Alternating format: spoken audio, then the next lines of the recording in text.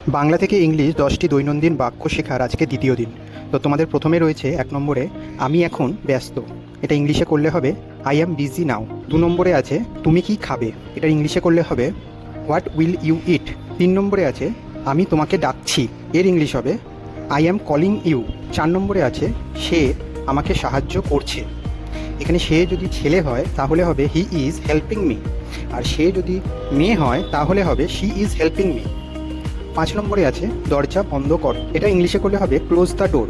জানালা খোলো, এটা ইংলিশে করলে হবে ওপেন দ্য উইন্ডো। 7 নম্বরে রয়েছে আমি বুঝতে পারছি না, এটা ইংলিশে করলে হবে আই ডু নট আন্ডারস্ট্যান্ড। 8 নম্বরে রয়েছে একটু ধীরে বলো, এটা ইংলিশে করলে হবে স্পিক স্লোলি। 9 নম্বরে আছে আমি তোমার সাথে যাব, এটা ইংলিশে করলে হবে I will go with you. আর একদম শেষ মানে 10 নম্বরে রয়েছে এটা খুব ভালো, এটা ইংলিশে করলে হবে দিস ইজ ভেরি গুড। তো এই ছিল আজকে তোমাদের 10টি দৈনন্দিন বাক্য। কেমন লাগলো ভিডিওটা? যদি ভালো লাগে লাইক করো, শেয়ার করো এবং সাবস্ক্রাইব করে পাশে থেকো।